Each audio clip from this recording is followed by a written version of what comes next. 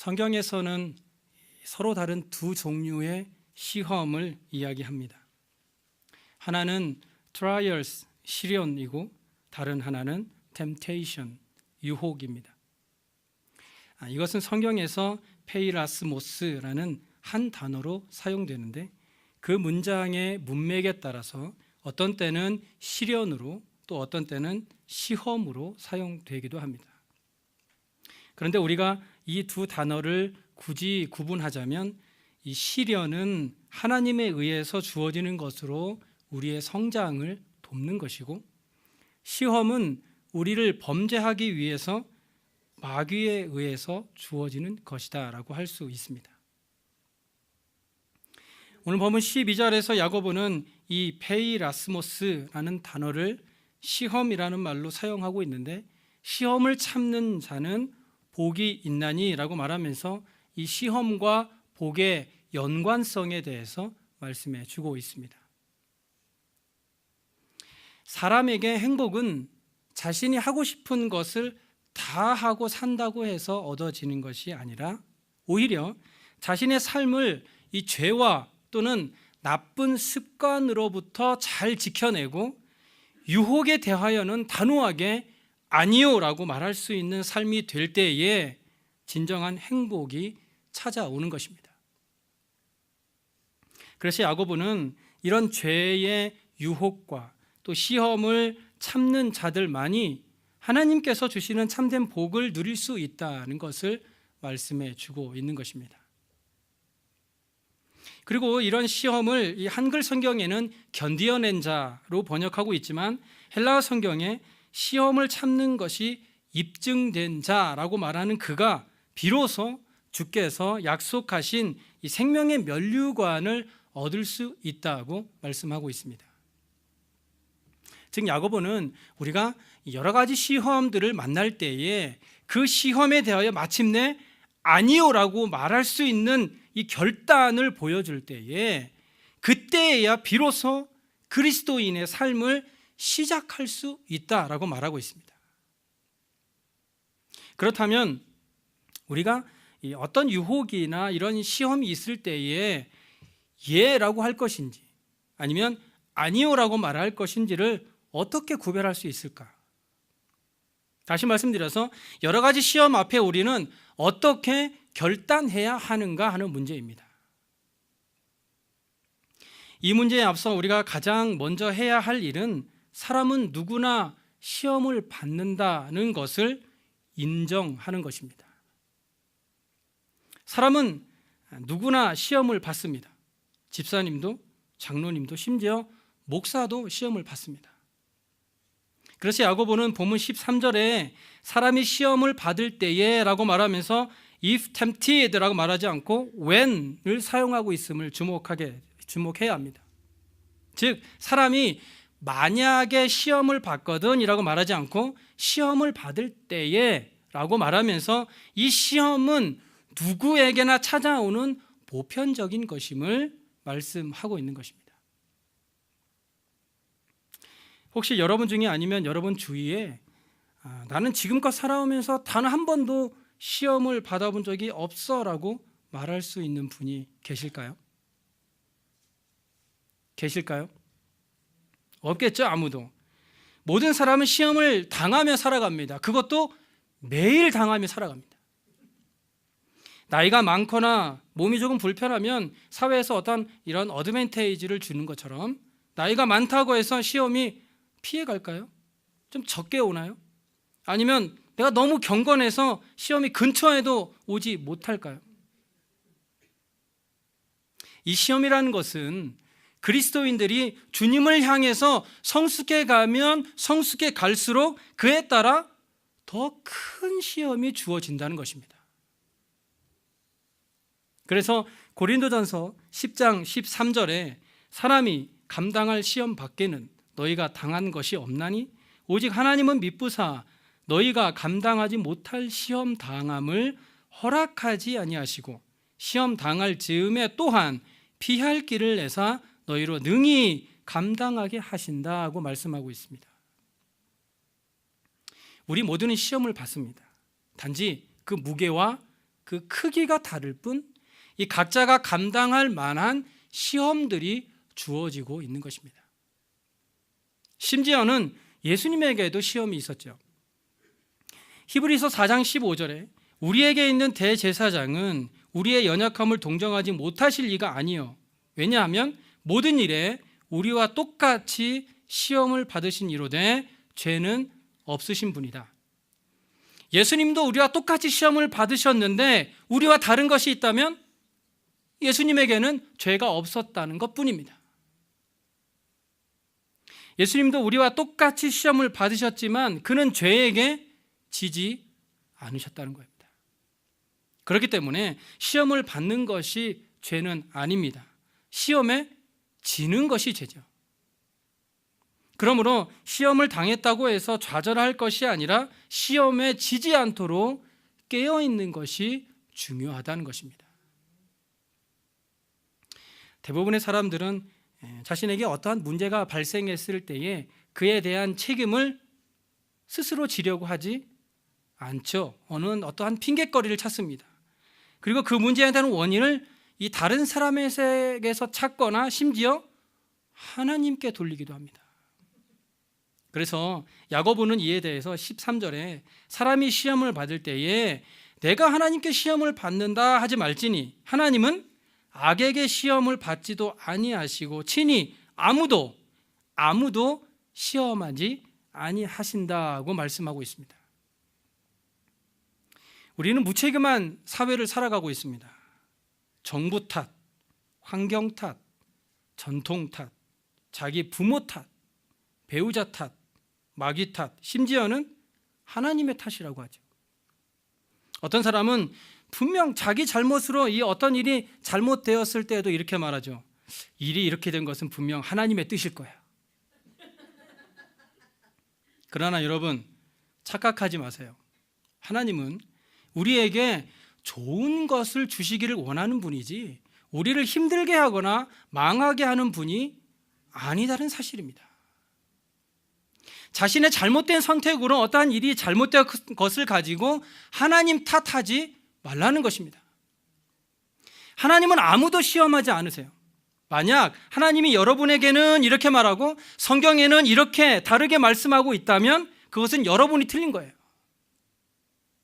자신의 잘못된 결단을 가지고 이것이 바로 하나님의 기도의 응답이다라고 어거지를 부리지 말자는 것입니다. 내 문제의 대부분은 나로 인해 시작된 것임을 인정해야 합니다. 인정해야 합니다.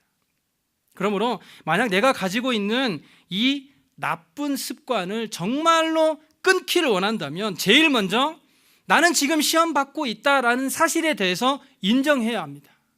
인정해야 합니다. 내가 시험을 받고 있는데 그것을 시험이라고 인정하지 못하면 그 시험을 이길 수 없습니다. 그래서 예수님은 이런 시험을 이기기 위해서 마가복음 14장 38절에 시험에 들지 않게 깨어있어 기도하라라고 말하면서 시험에 이기기 위해서는 영적으로 깨어있는 것이 중요하다고 강조하셨습니다. 그리고 본문 16절에 야고보는 속지 말라고 경고합니다. 시험인 이유가 무엇입니까? 그것은 그 시험이 시험인 줄 우리가 모르기 때문입니다. 모르기 때문이에요. 마귀는 이 속이는 자이기 때문에 교묘하게 우리를 속여서 시험이 아닌 척 다가옵니다. 그래서 이 대부분의 시험은 우리가 어떤 일이 잘 될 때를 조심해야 합니다. 고린도전서 10장 12절에 그런즉 선줄로 생각하는 자는 넘어질까 조심하라고 말씀합니다. 우리에게 어떤 일이 잘 되거나 혹은 아무 문제 없이 모든 것이 잘 될 때가 가장 넘어지기 쉬운 때라는 것을 우리는 기억해야 합니다. 마귀는 때로는 우리를 힘들게 해서 넘어지게도 합니다. 그런데 사실은 모든 일이 잘 되게 해서 오히려 하나님과 멀어지게 해서 넘어지게 하는 경우가 더 많다는 것입니다. 손자병법에 지피지기면 백전불태라는 말이 있습니다. 적을 알고 나를 알면 100번 싸워도 위태롭지 않다라는 의미로 적을 이기기 위해서는 나 자신과 적을 바로 볼 수 있는 눈이, 지혜가 필요하다는 것입니다. 그래서 우리가 이 사탄의 시험을 이기기 위해서는 사탄이 시험하는 방법을 알고 있어야 합니다. 그래서 야고보는 본문을 통해서 사탄이 우리에게 공격해오는 시험에 대하여 4가지로 말씀해 주면서 이런 것에 속지 말라고 경고하고 있습니다. 첫째, 욕심입니다. 본문 14절에 오직 각 사람이 시험을 받는 것은 자기 욕심에 끌려 미혹됩니다. 하나님께서 사람에게 식욕, 수면욕, 성욕, 성취욕 등과 같은 욕망을 주셨습니다. 이건 누구에게나 있는 것입니다. 그런데 이러한 욕망이 절제되거나 통제되지 않을 때에 그것은 죄가 될 가능성이 많습니다. 우리는 종종 이 절제하지 못하는 사람들이 자신에 대해 합리화하는 경우를 보게 됩니다. 매일같이 술을 마시지만 술에 취할 정도로 마시는 알코올 중독자는 아니니까 괜찮다 하는 경우나, 카지노에 가서 도박은 하는데 집을 팔아먹을 정도로 절제하지 못하는 정도는 아니니까 괜찮다라고 말하죠. 그러나 사실 이런 것들은 자기 자신을 합리화하는 것이지 결코 그것이 옳은 일은 아니다는 것입니다. 우리는 절제하지 못하는 이 욕망으로 인해서 내 자신 스스로를 속이고 있지는 않은지 돌아보아야 한다는 것입니다. 두 번째로 미혹입니다. 본문 14절에 야고보는 끌려라는 단어를 사용하고 있는데 이것은 덫에 걸리다라는 의미를 가진 단어인데요. 주로 이 낚시꾼들이 사용하는 미끼에 걸리다라는 의미가 있습니다. 우리가 낚시를 하는데 빈 바늘을 던져서 낚시를 하는 사람은 없죠. 낚시를 할 때는 바늘에 꼭 뭘 끼워요? 미끼죠. 지렁이를 끼울 때도 있고 물고기를 끼울 때도 있고 뭐 떡밥을 끼울 때도 있고 여러 가지 미끼를 사용합니다. 미끼가 아주 중요합니다. 왜냐하면 잡고자 하는 물고기가 좋아하는 미끼를 써야 그 물고기를 잡을 수 있으니까. 그렇죠? 낚시를 하다 보면요, 물고기가 잡혔다고 해서 낚싯대를 탁 채면 물고기가 미끼를 탁 물었다가 물려서 빠져나가는 경우가 있어요. 그런데 참 어이없게도 다시 던지잖아요.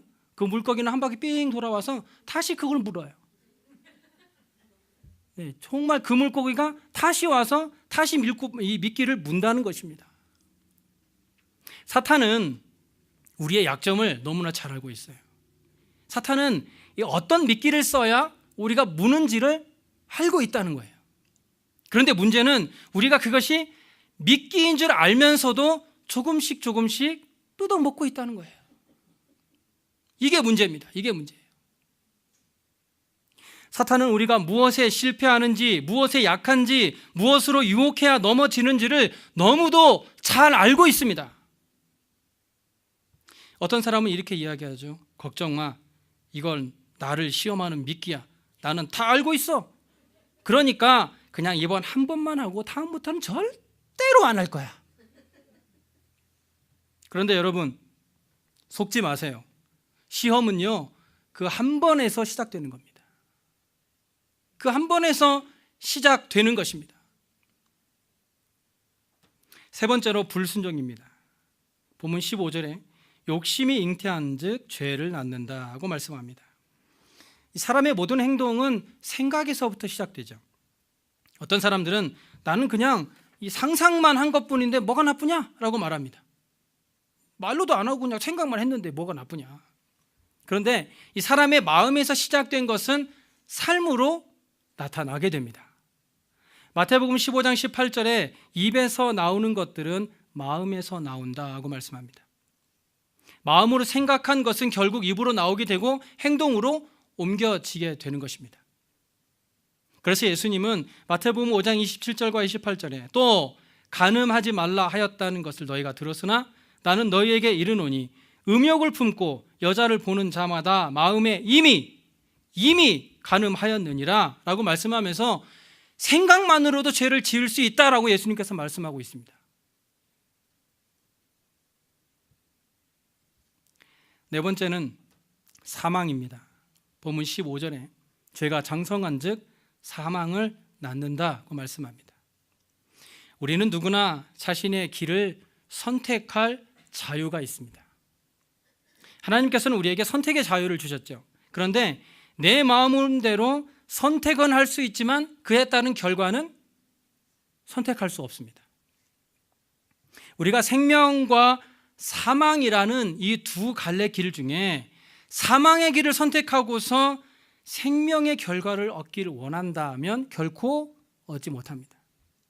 만약 여러분께서 죄의 길을 선택했다면 그 길의 결과도 사망일 수밖에 없습니다. 그러므로 우리가 시험을 이기기 위해서 또한 우리가 가지고 있는 이 나쁜 습관을 버리기 위해서는 먼저 내 자신의 연약함을 인정하고 자신의 문제에 대하여 변명하지 않고 자신의 책임으로 받아들이고 시험을 미리 준비하여서 이 마귀의 시험을 이기는 삶이 되어야 하는 것입니다. 그런데 오늘 본문 17절에 보면요, 야고보는 갑자기 방향을 바꿉니다. 그동안 시험에 대해서 말하다가 갑자기 하나님의 선하심에 대해서 말하기 시작합니다. 어떻게 보면 그가 하고자 하는 이 이야기의 중심을 잃어버린 것과 같은 느낌을 받습니다.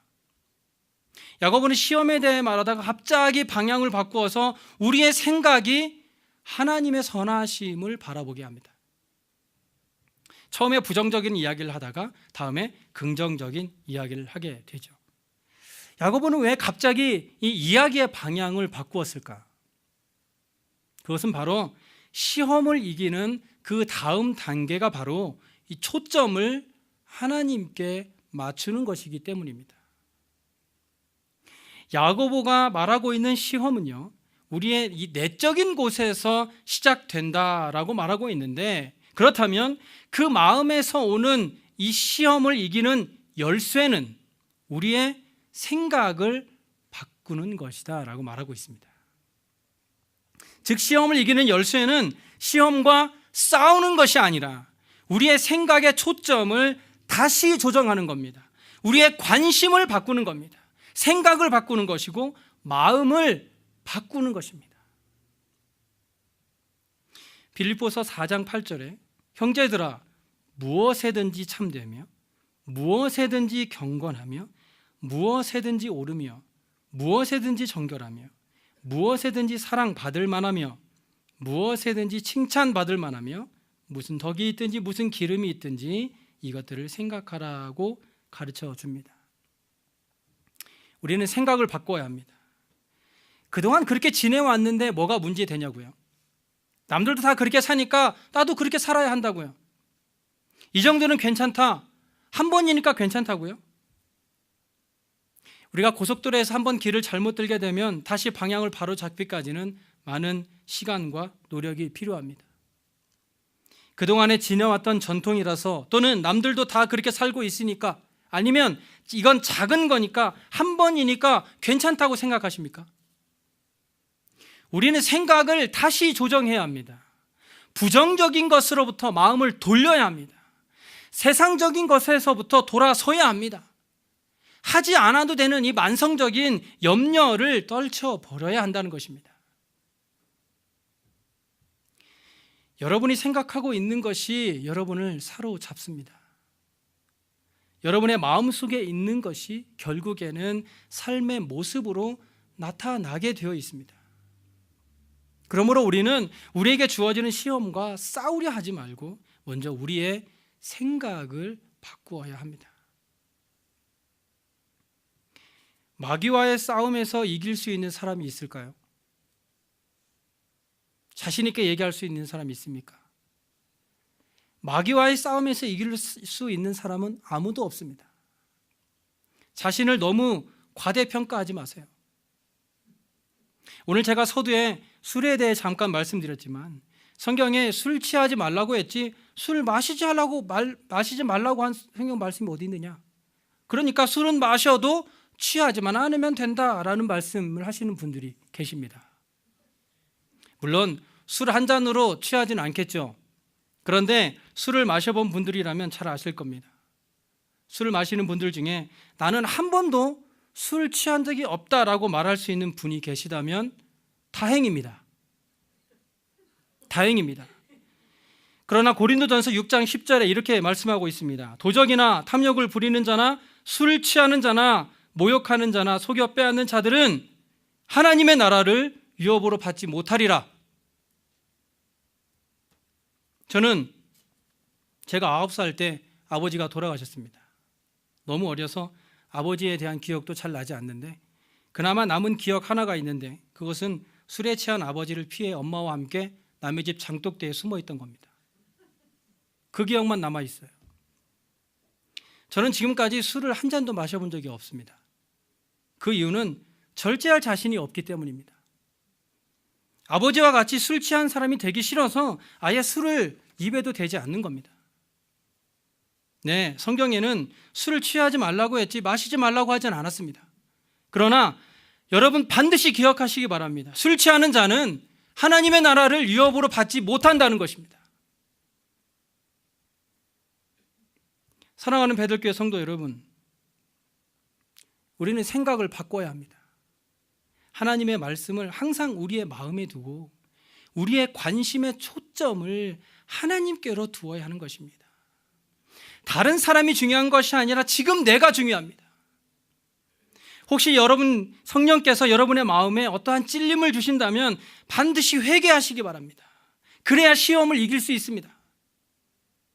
회개하지 않으면 시험을 이길 수 없다는 것입니다. 벌에게 쏘이지 않으려면 벌에게서 도망쳐야죠. 벌하고 싸워서 이길 사람이 있습니까? 멀어져야 합니다. 벌에게서 멀어져야 해요. 요셉은 시험의 위기에서 그의 옷을 벗어버리고 도망갔어요. 우리가 시험을 당해서 만약 옷을 벗어버려야 한 상황이 된다면 벗어버리시기 바랍니다. 벗어버리세요. 저와 여러분이 자신의 약점을 잘 알고 있듯이 이 마귀도요, 저와 여러분의 약점을 잘 알고 있습니다. 그것도 너무 잘 알고 있습니다.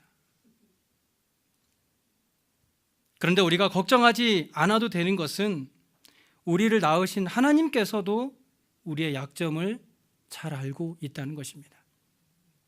본문 18절에 그가 그 피조물 중에 우리로 한 첫 열매가 되게 하시려고 자기의 뜻을 따라 진리의 말씀으로 우리를 낳으셨다고 말씀합니다. 하나님은 저와 여러분을 너무나 잘 알고 있어요. 왜냐하면 진리의 말씀으로 저와 여러분을 낳으셨기 때문이에요. 그러므로 우리는 우리를 너무나 잘 알고 계시는 하나님께서 우리의 삶을 통제하시도록 맡겨야 합니다. 우리의 삶에 하나님을 온전히 모셔드림으로써 하나님이 우리의 삶의 주인이 되시도록 해야 한다는 것입니다. 내 삶에 내가 주인이 아니라 하나님이 주인이 되는 삶, 내가 하나님의 말씀에만 순종하는 삶, 내 삶의 주인이 하나님이 되는 삶이 되어야 한다는 것입니다. 우리에겐 이러한 기도가 필요합니다. 하나님, 저는 연약합니다. 하나님은 제가 잘 넘어지는 부분을 잘 아십니다. 저는 넘어졌습니다. 이제는 제 과거를 청산하고 싶습니다. 다시 시작하고 싶습니다. 지금껏 지은 나의 죄를 용서하시고 죄로부터의 자유함을 허락하여 주옵소서. 하나님은 고린도전서 10장 13절에 이렇게 말씀합니다. 사람이 감당할 시험 밖에는 너희가 당한 것이 없나니 오직 하나님은 미쁘사 너희가 감당하지 못할 시험 당함을 허락하지 아니하시고 시험 당할 즈음에 또한 피할 길을 내사 너희로 능히 감당하게 하시느니라. 이 얼마나 놀라운 약속입니까? 하나님께서는 결코 우리가 이기지 못할 시험을 허락하지 않으십니다. 만약 여러분이 나에게 오는 시험이 너무나 무거워서 나는 도저히 감당할 수 없습니다라고 말한다면 그것은 여러분께서 하나님을 신뢰하기보다 자신을 신뢰하고 있기 때문입니다. 왜냐하면 하나님께서는 여러분이 감당할 시험만을 허락하시고 또 그냥 내버려 두지 않으시고 피할 길을 내사 능히 감당하게 하시겠다고 약속하셨기 때문입니다. 이것은 저의 말이 아니에요. 성경에 분명하게 기록된 하나님의 말씀입니다. 마귀는 항상 우리를 낚으려고 미끼를 던집니다. 그것도 우리가 넘어지기 쉬운 미끼를 사용해서 던집니다. 마틴 루터 킹 목사님은 이렇게 말했습니다. You cannot keep the birds from flying over your head, but you can sure keep them from building a nest in your hair. 새가 머리 위로 지나가는 것은 막을 수 없어요. 그런데 새가 내 머리에 둥지를 트게 하지 못하게는 할 수 있습니다. 세상을 살면서 시험이 없을 수는 없습니다. 누구에게나 시험이 주어진다는 것입니다. 그러니까 시험을 받는 것은 죄가 아니에요. 그러므로 시험 때문에 소심해질 필요도 없습니다. 문제는 우리가 그 시험을 마음에 품고 생각함으로 조금씩 삶의 영역에서 그 자리를 조금씩 내어준다는 데 문제가 있다는 것입니다. 그렇기 때문에 죄가 우리의 삶에 이 둥지를 트지 못하도록 날마다 깨어서 움직이고 기도해야 된다는 것입니다. 다시 본문 12절로 돌아가 보면 야고보는 시험을 참는 자가 복이 있다고 말씀해 줍니다. 왜냐하면 시험을 견뎌낸 자가 주께서 약속하신 생명의 면류관을 얻을 수 있기 때문이다 라고 말씀해 줍니다. 사실 우리는 스스로 잘 알고 있습니다. 우리가 무엇에 약하고 무엇에 넘어지는지. 이번 한 주간 동안 여러분이 늘 넘어졌던 이 시험을 의도적으로 참고 이겨내는 한 주간이 되었으면 좋겠습니다. 누구에게도 말하지 못하는 자신만의 시험이 있을 수 있습니다. 그러나 그 시험으로 인해서 하나님과 멀어지고 마음에 무거운 짐을 지고 있다면 하루빨리 끊어버려야 합니다. 회개해야 합니다. 생각을 바꾸고 마음을 바꾸고 이 나쁜 습관들을 버려야 한다는 것입니다. 결단해야 합니다. 더 이상 마귀에게 속지 말고 생각을 바꾸어 하나님의 말씀 위에 바로 서가는 삶이 되길 원합니다. 에베소서 4장 31절과 32절의 말씀으로 결론을 맺고자 합니다. 너희는 모든 악독과 노함과 분냄과 떠드는 것과 비방하는 것을 모든 악의와 함께 버리고 서로 친절하게 하며 불쌍히 여기며 서로 용서하기를 하나님이 그리스도 안에서 너희를 용서함 같이 하라. 하나님은 죄 가운데 죽었던 저와 여러분도 사랑하셨어요. 우리의 죄를 용서하시고 우리를 하나님의 자녀로 삼아 주셨습니다. 그것이 바로 하나님의 사랑입니다. 우리가 우리의 죄를 회개하기만 하면 하나님께서는 그 죄가 얼마나 무겁고 얼마나 크든지 용서해 주시겠다라고 약속하셨습니다. 왜냐하면 하나님은 우리를 사랑하시기 때문입니다. 이제 하나님 앞에 악은 작은 모양이라도 버려서 우리를 시험하는 모든 시험에서 승리하며 살아가는 저와 여러분의 삶이 되시길 간절히 소원합니다.